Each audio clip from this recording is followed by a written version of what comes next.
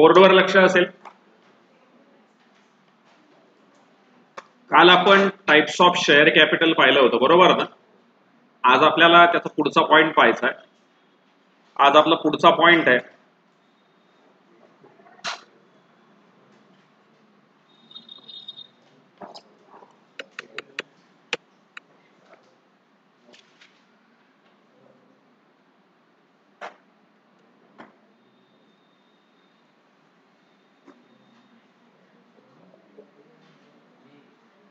Values of shares. शेअर्सच्या काही value असतात का, हा पॉइंट आपल्याला आज स्टडी करायचा आहे. Value of share. प्रत्येक शेअरला काही व्हॅल्यू असते का प्लीज नंतर. तर प्रत्येक शेअरला या दोन व्हॅल्यू असतात. पहिली प्राइस असते त्यातली फेस व्हॅल्यू. फेस व्हॅल्यू किंवा त्यालाच ऑर मध्ये म्हणतात नॉमिनल व्हॅल्यू. त्यालाच ऑर मध्ये म्हणतात नॉमिनल व्हॅल्यू. थोडक्यात ही काय असते, ही असते original price of share. Original price of share. थोडक्यात मराठीत जर सांगायचं झालं तर शेअर्सची मूळ किंमत, त्याला आपण फेस व्हॅल्यू असं म्हणतो. मार्केटमध्ये काही शेअर्स परचेस मिळतात, विकत मिळतात. तुम्हाला माहिती असेल शेअर्सच्या प्राइसेस वाढत जातात ना दिवसेंदिवस. कुठली प्राइस वाढत जाते, मार्केट प्राइस का त्याची ओरिजिनल प्राइस. इकॉनॉमिक्सचा नियम आहे, प्राइस कोण ठरवतं.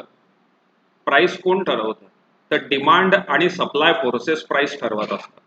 एखाद्या वस्तूची किंमत कोण ठरवतं तर डिमांड आणि सप्लाय फोर्सेस. म्हणजे कसं काय रे डिमांड आणि सप्लाय फोर्सेस. आता आपण उदाहरण घेऊयात आंब्यांचं. जानेवारी महिन्यापासूनच आंबे यायला सुरुवात झाली आहे मार्केटमध्ये. नोव्हेंबरमध्ये तर पहिली पेटी येऊन गेली होती हापूस आंब्याची. तेव्हा त्याचा सप्लाय किती होता, आत्ताच्याच सारखा कमी होता. म्हणून मग त्याची प्राइस काय होती, जास्त होती. सप्लाय कमी डिमांड जास्त, म्हणून प्राइस काय झाली, वाढली. उलट झालं, सप्लाय वाढला. जसं पावसाळ्यामध्ये होतं पहा, तुम्ही आरकेवरती सराफ बाजारात ऑब्झर्व करत असाल, पालेभाज्या खूपच स्वस्त मिळतात. कोथिंबिरीची एवढी मोठी जुडी देतात 10 रुपयाला. मग ती एवढी मोठी जुडी 10 रुपयाला का देतात. आता जसा जसा उन्हाळा वाढेल ना, आता कोथिंबिरीच्या 2 काड्या सुद्धा देणार नाही ते वरती एक्स्ट्रा आपल्याला. कारण त्या दिवसांमध्ये पावसाळ्यामध्ये काय असतं, सप्लाय जास्त असतो आणि डिमांड कमी असते, म्हणून वस्तूची किंमत कमी होऊन जाते. समजा उलट घडलं, सप्लाय वाढला आणि डिमांड कमी झाली तरी सुद्धा वस्तूच्या किमतीवरती परिणाम होतो. मी मागच्या 2 आठवड्यांपूर्वी एक बातमी पेपरला वाचली, तुम्ही पण जर वाचली असेल तर इन्स्टावरती वगैरे पण व्हायरल होती न्यूज. एक माणूस घरामध्ये आवरत होता, जुन्या रद्दी विद्ये असं सगळं आवरत होता. तर त्याला एका कंपनीचं शेअर सर्टिफिकेट सापडलं, त्याच्या आजोबांनी घेतलं होतं. SBIचे शेअर होते काहीतरी. तेव्हा त्याच्या आजोबांनी काहीतरी ते 1000 का 1500ला घेतले होते शेअर त्या काळात. आज त्या शेअरची किंमत काहीतरी 3-4 लाख रुपये. आज त्याचा फायदा होऊन गेला. तुमच्याकडे पण जर चांगल्या चांगल्या कंपन्यांचे शेअर्स असतील तर तुम्ही ते सेल आउट कराल का ठेवून राखाल, म्हणजे राहू द्याल. राहू देणार ना. कारण कंपनीच्या शेअरची प्राइस कशावरती डिपेंड असते. लक्षात घे, 2 कंपन्या आहेत. एक आहे क्वालिटी लिमिटेड आणि दुसरी आहे बोगस लिमिटेड. कुठल्या कंपनीमध्ये प्रॉफिट जास्त होण्याची शक्यता आहे. क्वालिटी लिमिटेड मध्ये प्रॉफिट जास्त आहे. प्रॉफिट वाढला तर याचा अर्थ बिझनेसची ऍसेट पण दिवसेंदिवस काय होत जाते, वाढत जाते. आपण परवाच्या दिवशीच्या लेक्चरला पाहिलं होतं, कंपनीचं कॅपिटल हे शेअर होल्डर कॉन्ट्रीब्युट करतात आणि कंपनीचे मालक पण शेअर होल्डर असतात. कंपनीची वेल्थ दिवसेंदिवस वाढते तर इनडायरेक्टली शेअर होल्डरची प्राइस पण वाढते का. तुम्ही आणि मी, आपण सगळ्यांनी 1000 रुपये टाकले आणि धंदा सुरू केला. नंतर आपली कंपनी खूप ग्रोथ करते, खूप प्रॉफिट होतोय, दिवसेंदिवस आपल्या कंपनीची व्हॅल्यू पण वाढते.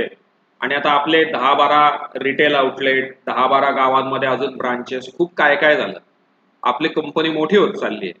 आपण जे 1000 रुपये टाकले होते ते आता 1000च असतील का त्याची व्हॅल्यू पण वाढली असेल. म्हणजे शेअर्सची प्राइस ही कशावरती डिपेंड करते, डिमांड आणि सप्लाय नुसतं याच्यावर का कंपनीच्या फायनान्शियल पोझिशनवर पण.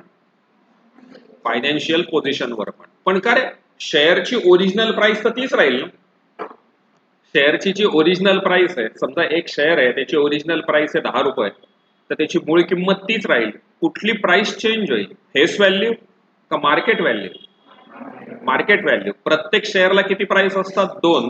पहिली असते फेस व्हॅल्यू आणि दुसरी असते मार्केट व्हॅल्यू, किंवा त्याला इश्यू प्राइस पण म्हणतात. Issue price. इश्यू प्राइस म्हणजे काय? तुम्हाला 1-2 कंपन्यांच्या IPO बद्दल काही माहिती असेल तर मला सांगू शकाल का, की कंपन्यांचा शेअर किती रुपयाला बाजारात विकत मिळतो वगैरे वगैरे? काही आयडिया? एक सेकंड, माझ्याकडे काही सापडलं तर पाहतो, मी दाखवतो तुम्हाला.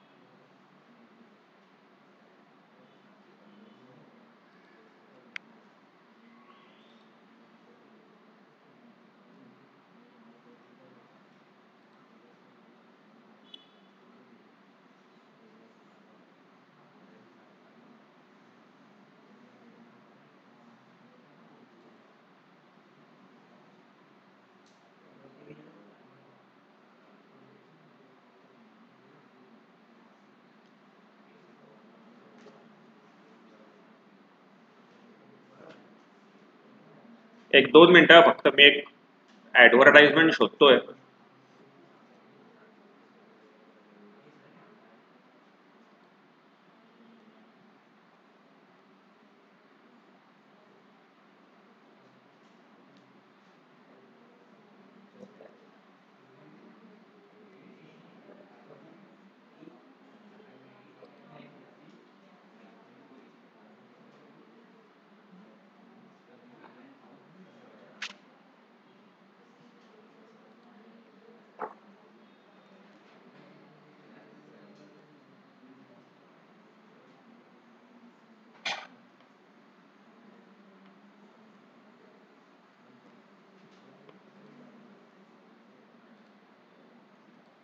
लक्ष द्याल बोर्डवरती?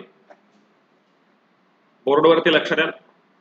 हा टाटा टेकचा, मी जे आता 2 मिनिटापूर्वी बोललो, टाटा टेकचा IPO आला होता बाजारात. म्हणजे टाटा टेक्नॉलॉजीने मागच्या वर्षी बाजारात शेअर विकायला काढले होते, त्यांच्याबद्दलची माहिती आहे. काय काय दिसते तुम्हाला? ऑब्झर्व करा. तुम्हाला इथे दिसतंय का प्राइस बँड आणि फेस व्हॅल्यू?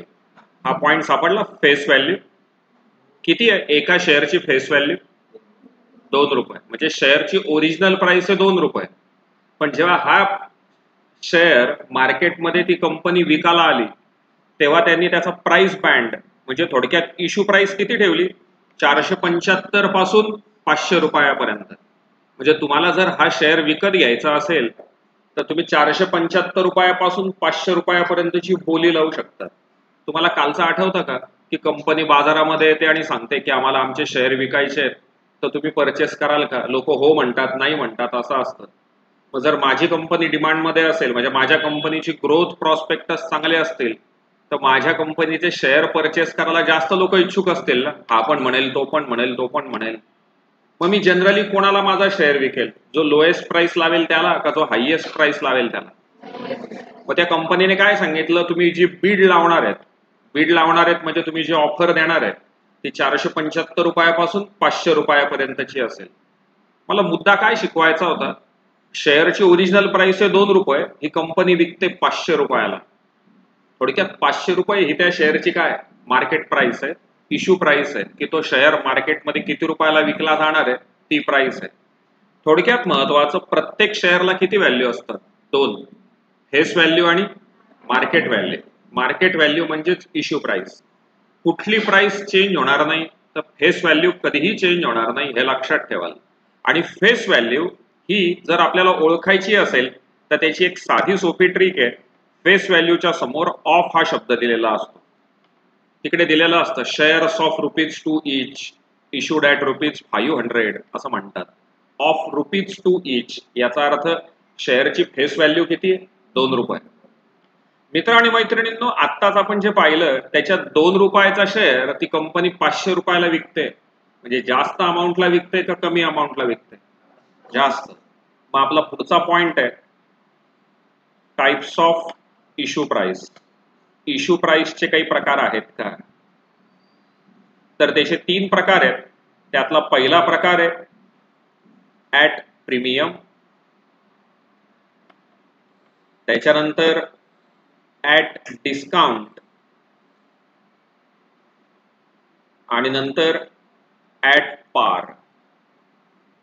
आपण आता जे एक्झाम्पल पाहिलं टाटा टेकचं, त्याच्यात ₹2 शेअर कितीला इश्यू केला त्यांनी? 500ला. म्हणजे मोर दॅन फेस व्हॅल्यू का less than face value? More than face value. मग जर इश्यू प्राइस ही मोर दॅन फेस व्हॅल्यू असेल तर त्याला काय म्हणतात? प्रीमियम. थोडक्यात जास्त किमतीला इश्यू केला. ₹2 शेअर ₹500 इश्यू केला. किती रुपये जास्त? 2चा शेअर कितीला इश्यू केला? 500ला. किती रुपये जास्त? 498. मग 498 प्रीमियम झाला. आहे त्या प्राइस पेक्षा जास्त रुपयाला जर तुम्ही इश्यू करत असाल तर तिची एक्सेस प्राइस असते, त्याला काय म्हणतात? प्रीमियम. त्याच्यापेक्षा कमीला इश्यू करत असाल तर त्याला काय म्हणतात? डिस्काउंट. म्हणजे जर इश्यू प्राइस ही लेस दॅन फेस व्हॅल्यू आहे, थोडक्यात कमीला इश्यू होतोय. कसा इश्यू होतोय? कमी अमाऊंटला. तर आपण त्याला काय म्हणणार? At discount. कमीला इश्यू होत असेल तर काय म्हणणार आहे आपण? डिस्काउंट. जास्त किमतीला इश्यू होत असेल तर आपण काय म्हणणार? प्रीमियम. राहील का लक्षात? फॉर एक्झाम्पल, एक एक्झाम्पल घेईलच मी खालती. आणि ॲट पार म्हणजे काय? Issue price is equal to face value. For example, एक शेअर आहे, त्या शेअरची फेस व्हॅल्यू आहे ₹10. शेअरची मूळ किंमत किती आहे? ₹10. जर समजा हा शेअर आपण इश्यू केला, इश्यू व्हॅल्यू ₹12 आले, आहे त्याच्यापेक्षा जास्त का कमी? मग या केसला आपण काय म्हणणार? प्रीमियम. हा झाला प्रीमियम. किती रुपये प्रीमियम असेल? ₹2 प्रीमियम आहे. समजा इश्यू व्हॅल्यू किंवा इश्यू प्राइस ही आहे ₹9. इश्यू प्राइस किती आहे? ₹9. म्हणजे आहे त्याच्यापेक्षा कमी का जास्त? इश्यू प्राइस आहे ₹9. तर याचा अर्थ डिस्काउंट आहे. किती रुपये डिस्काउंट आहे? ₹1. बरोबर. आणि ॲट पार म्हणजे इश्यू व्हॅल्यू किती असणार आहे? ₹10. याला आपण म्हणणार ॲट पार. म्हणजे हा झाला ॲट प्रीमियम, हा झाला ॲट डिस्काउंट आणि हा काय झाला? ॲट पार. ही कन्सेप्ट कळाली का? मार्केटमध्ये जेव्हा कंपनी शेअर विकायला येते तेव्हा त्या शेअरला 2 प्राइस असतात, फेस व्हॅल्यू आणि मार्केट व्हॅल्यू. मार्केट व्हॅल्यू किंवा इश्यू प्राइस. इश्यू प्राइस ही मार्केट ठरवतं किंवा तुमची कंपनीची सिच्युएशन, फायनान्शियल पोझिशन ठरवली जाते. त्याच्यावरून मार्केट तुमच्या कंपनीचं व्हॅल्युएशन करतं. तुम्हाला LICचं सांगतो. LICच्या बाबत असंच झालं. तुमच्या नातेवाईकांना विचारा, लोकांनी LICचे शेअर परचेस केले आणि लॉसमध्ये गेले. पेटीएमचं पण असंच झालं. लोकांनी पेटीएमची शेअर परचेस केले आणि लॉसमध्ये झाले. परचेस प्राइस जास्त होती आणि मार्केट प्राइस कमी झाली. असं का घडलं असेल? इतक्यात मी काय सांगितलं? प्राइस कशावर डिपेंड असते? कंपनीच्या फायनान्शियल पोझिशनवर आणि मार्केटच्या सिच्युएशनवर. जनरल पब्लिकला त्या कंपनीच्या फायनान्शियल पोझिशन बद्दल माहिती नव्हतीच. त्यांना एवढंच माहिती होतं पेटीएम आहे, LIC आहे, एवढंच माहिती होतं. मग पेटीएम म्हणजे चांगली कंपनी आहे. डिमांड वाढली का कमी झाली? पेटीएम चांगली कंपनी आहे, मी पण घेणार, खूप लोकांनी शेअर परचेस केले, डिमांड काय झाली, वाढली, इश्यू प्राइस पण काय झाली, वाढली. पण ऍक्च्युअल फायनान्शियल पोझिशन खराब असल्यामुळे नंतर त्या शेअरची प्राइस किती राहील, तेवढीच का आता कमी होऊन गेली, म्हणून बरेच लोक पेटीएम मध्ये पण लॉस मध्ये गेले.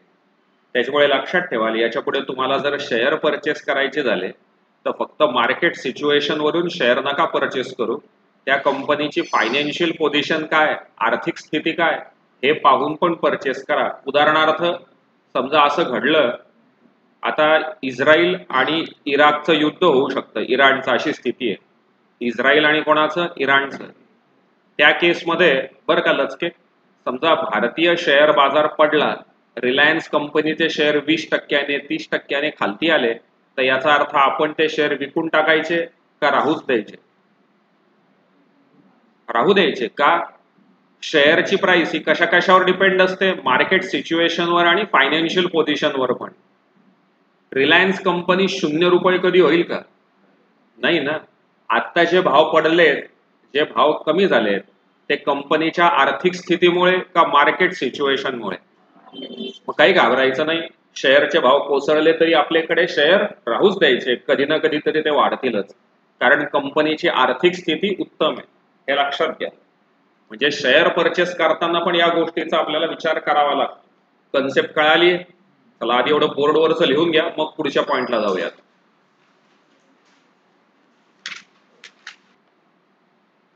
आपण आता जे शेअर इश्यू करणार आहे त्याच्या स्टेप्स काय काय असतात, म्हणजे कंपनी जेव्हा बाजारामध्ये शेअर इश्यू करते तेव्हा त्याच्या स्टेप्स काय काय असतात त्या आधी पाहूयात आपण. याच्यातली जी पहिली स्टेप येते, ती पहिली स्टेप म्हणजे असते ऍप्लिकेशनची. पहिली स्टेप असते ऍप्लिकेशनची.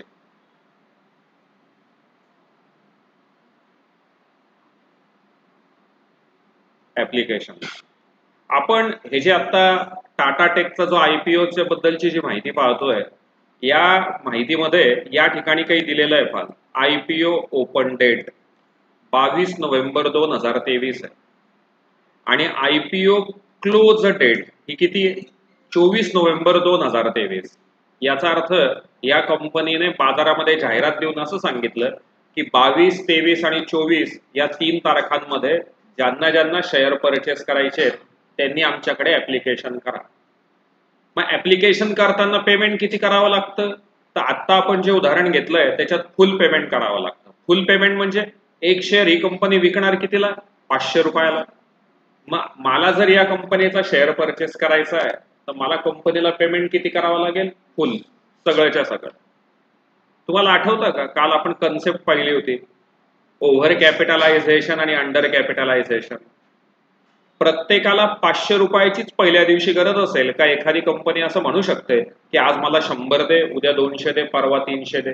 टप्प्याटप्प्यात पण एखादी कंपनी पैसे कॉल करू शकते का? ते ऍट द सेम, जसं उदाहरणार्थ ज्यांना कळालं नाही त्यांनी, काही क्लासवाले पहिल्याच दिवशी फुल पेमेंट घेतात, काही 2 टप्प्यांमध्ये घेतात, काही 3 टप्प्यांमध्ये घेतात, काही मंथली घेतात.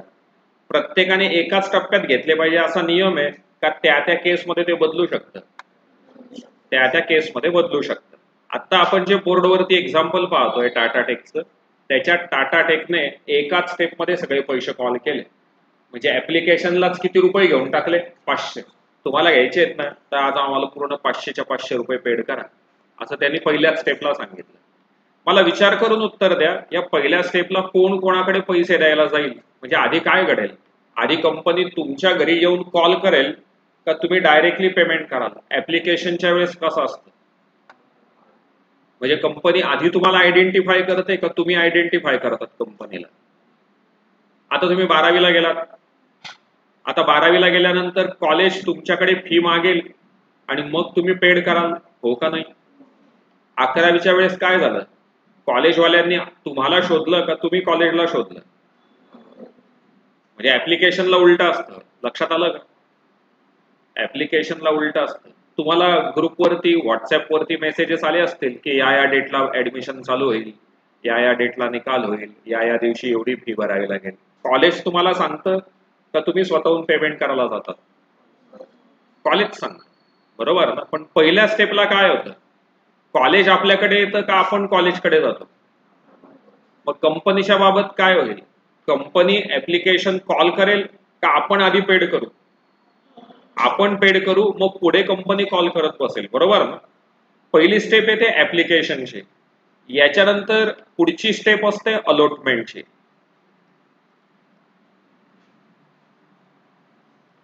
अलॉटमेंट म्हणजे काय? हे पहा, हे इथे दिलंय बेसिस ऑफ अलॉटमेंट. किती तारखेला अलॉटमेंट झालं या केसमध्ये? 28 तारखेला. आयपीओ क्लोज कधी झाला? 24 तारखेला. मध्ये 25 गेली, 26 गेली, 27 गेली, 3 दिवस मध्ये गेले. 28 तारखेला अलॉटमेंट झालं. अलॉटमेंट झालं म्हणजे काय? कंपनीने ठरवलं कोणाकोणाला शेअर्स द्यायचे. हा जो शेअर होता ना, हा ओव्हर सबस्क्राईब झाला होता. हा जो शेअर होता हा ओव्हर सबस्क्राईब झाला होता. इथे दिलेल्या पण असतील डिटेल्स कितीने ओव्हर सबस्क्राईब झाला.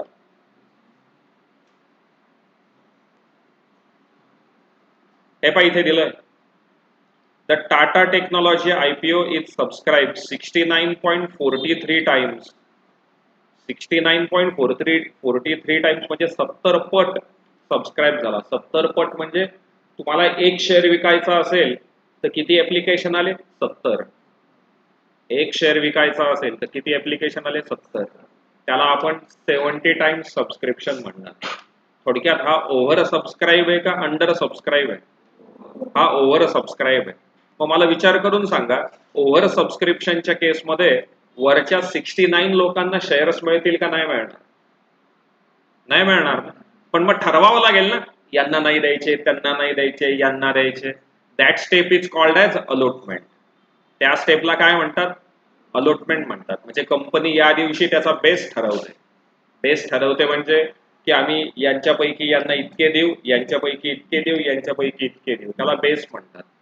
कॉलेजला ऍडमिशनचा पण बेस असतो का? कॅटेगरी वाईज बेस असतो. ओपन कॅटेगरीत किती ऍडमिशन द्यायच्या, ओबीसीत किती द्यायच्या, याचा बेस ठरलेला असतो. मग कंपनीने त्या दिवशी बेस ठरवला आणि नंतर मग ते शेअर इश्यू केले. मग what is mean by allotment? Allotment म्हणजे काय असतं? तर कंपनी काय करते, ऍप्लिकेशन मिळाल्यानंतर ऍप्लिकेशन स्क्रुटिनाइज करते, तपासते आणि मग ठरवते यांना यांना शेअर द्यायचे. त्या स्टेपला आपण काय म्हणतो? अलॉटमेंट. कन्सेप्ट कळाली? तुम्हाला एक घडलेली घटना सांगतो, थोडं शोधकार्य तुम्ही कराल म्हणजे मला असं वाटेल की तुम्ही केलंय काहीतरी. कोरोनाच्या कालावधीत काय झालं होतं, भारतीय कंपन्यांचे शेअर्स खूप खालती आले होते जेव्हा पहिलं लॉकडाऊन लागलं होतं तेव्हा आपल्या एका रायव्हल कंट्रीने, आता सध्या तुमच्या डोळ्यासमोर 2 रायव्हल कंट्री असतील, चीन आणि पाकिस्तान, त्यातला कोण आहे हे तुम्ही शोधून घ्याल. आपल्या रायव्हल कंट्रीने काय केलं होतं, आपल्या देशातल्या काही बँकांचे शेअर्स परचेस करायला सुरुवात केली. कारण प्राइस काय झाली होती? लो ना. कमी किमतीला शेअर्स खरेदी करायला सुरुवात केली. योग्य घडलं का अयोग्य? का? रायव्हल कंट्रीने आपल्या कंपन्यांचे शेअर्स परचेस करू नयेत का? तुम्हाला काय वाटतं? शिकवलंय मी. शेअर तर कोणी घेऊ शकतं. ऍप्लिकेशन ऑफ माइंड शिकवलं मी आजच, कालही शिकवलं होतं. कंपनीचे खरे मालक कोण असतात? शेअर होल्डर ना. मग ते मालक होऊन बसतील ना. कळालं? मालक कोण होऊन बसतील? ते होऊन बसतील ना. समजा एखाद्या कंपनीमध्ये मेजर स्टेक रायव्हल देशाने विकत घेतला, मेजर स्टेक 10%, 20%, तर शेवटी त्यांचं सुद्धा रिझोल्युशन मध्ये मत विचारात घ्यावं लागेल का? घ्यायची गरज नाही. कारण कंपनीचे खरे मालक कोण असतात? Share holder. मग तेव्हा भारत सरकारने काही त्याच्यावरती कायदेशीर कारवाई केली आणि ते सगळे कॉन्ट्रॅक्ट रद्द केले, नाही तर मालक ते होऊन बसले असते. कारण मग असं कंपन्यांच्या बाबतही घडत असेल का?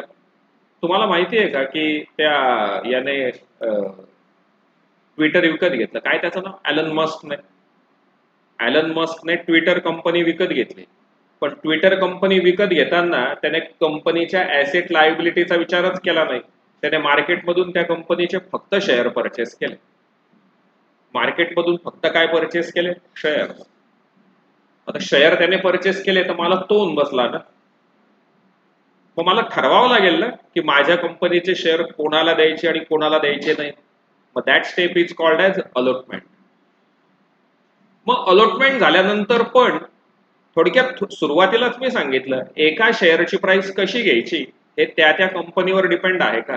त्या टाटा टेकवाल्यांनी 100% पैसे ऍप्लिकेशनलाच घेतले. कोणी असं करू शकतं का रे? हा एक शेअर आहे, या शेअरची प्राइस आहे 100 रुपये. या शेअरची प्राइस किती आहे? 100. मी असं ठरवलंय, मी बरं का, माझी कंपनी आहे, मी असं ठरवलंय ऍप्लिकेशनला 20 रुपये घ्यायचे, अलॉटमेंटला 30 रुपये घ्यायचे, त्याच्यानंतर अजून फर्स्ट कॉल करायचा 20 रुपयाचा आणि फायनल कॉलला 30 रुपये घ्यायचे. असं 4 स्टेप मध्ये मी पैसे मागवले तर तुम्हाला काही प्रॉब्लेम आहे का? तुमच्यापैकी काही लोकांकडून मी मंथली पण फी घेतोय, काही लोकांकडून 2 टप्प्यात पण घेतोय, काही लोकांकडून एकाच टप्प्यामध्ये पण फी घेतोय. माझा प्रश्न आहे ना, म्हणजे एखादी कंपनी एकाच स्टेप मध्ये पैसे कॉल करू शकते का नंबर ऑफ स्टेप करू शकते? नंबर ऑफ स्टेप करू शकते. आपल्याला 12वीच्या सिलेबसला या एवढ्याच स्टेप येणार आहेत हे लक्षात ठेवा. आधी ऍप्लिकेशन येईल, अलॉटमेंट येईल, त्याच्यानंतर येईल फर्स्ट कॉल आणि त्याच्यानंतर आला तर येईल सेकंड कॉल किंवा फायनल कॉल. राहील का लक्षात? थोडक्यात या 4 स्टेप मध्ये काय केलं आपण? शेअर्सचे तुकडे केले का? हो का नाही? हो. मला विचार करून उत्तर द्या, यस ऑर नो मध्ये लचके. ऍप्लिकेशनला दिलेले पैसे शेअर्सचे आहेत का? बोर्डवरती उत्तर आहे. ऍप्लिकेशनला दिलेले पैसे हे त्या शेअरचे आहेत का? हो. अलॉटमेंटला दिलेले पैसे पण कोणाचे? याला दिलेले पण शेअरचे, याला दिलेले पण शेअरचे. आणि या शेअर पासूनच कंपनीचं काय तयार झालं? कॅपिटल. बरोबर ना? थोडक्यात मी इनडायरेक्टली असं म्हटलं तर चालेल का की मला मिळालेले ऍप्लिकेशनचे पैसे मी कॅपिटलला ट्रान्सफर करेल? हो का नाही? किंवा अलॉटमेंटला मिळालेले पैसे कुठे ट्रान्सफर करेल? कॅपिटलला. हे सगळे पैसे कुठे ट्रान्सफर होतील? कॅपिटलला ट्रान्सफर होतील. बरोबर का चूक? इथपर्यंत कन्सेप्ट कळाली? चला, आपण आज काय काय लर्न केलं? आपण लर्न केलं शेअर्सचे प्राइस किती असते, मार्केटमध्ये शेअर इश्यू कसे होतात आणि अलॉटमेंटच्या स्टेप्स काय काय असतात. तर अलॉटमेंटच्या फिक्स स्टेप इतक्याच असतात का चेंज पण होऊ शकतात? म्हणजे शेअर इश्यू करण्याच्या स्टेप या 4च आहेत का या चेंज पण होऊ शकतात? चेंज पण होऊ शकतात. हे त्या सिच्युएशन वरती डिपेंड आहे. काही डाऊट? थोडक्यात या सगळ्यांपासूनच शेअर तयार होतोय आणि शेअर पासूनच कॅपिटल तयार होतोय आणि म्हणून हे सगळे पैसे अल्टिमेटली कुठे ट्रान्सफर केले जातात? कॅपिटलला. कन्सेप्ट क्लिअर आहे? मित्र आणि मैत्रिणींनो, माझं बेसिक मधलं आणखीन एक लास्ट लेक्चर असेल मंडेचं. मग या चॅप्टरचं बेसिक सगळं संपेल आपलं आणि मग ट्यूजडे पासून आपण डायरेक्टली प्रॉब्लेमला सुरुवात करूयात. मंडेला क्लासला सुट्टी घेऊ नका, तो दिवस महत्वाचा असेल कारण त्याच्यात आपल्याला अकाउंटिंगचा पण बेस पाहायचा आहे. अकाउंटिंगचा बेस म्हणजे जर्नल एंट्री कशा होतील, काय होतील, वगैरे वगैरे वगैरे सगळं. त्याच्यामुळे मंडेला सुट्टी नका घेऊ क्लासला. कन्सेप्ट क्लिअर आहे? हे बोर्डवरच आहे ना, हे लिहून घ्यायची काही गरज नाही. हे आपण परवाच्या दिवशी पाहूयात. तसं मी याचा इमेज ग्रुपवरती पाठवून देतोय म्हणजे घरी अभ्यासालाही सोपं जाईल. थांबूया, भेटू परवाच्या दिवशी.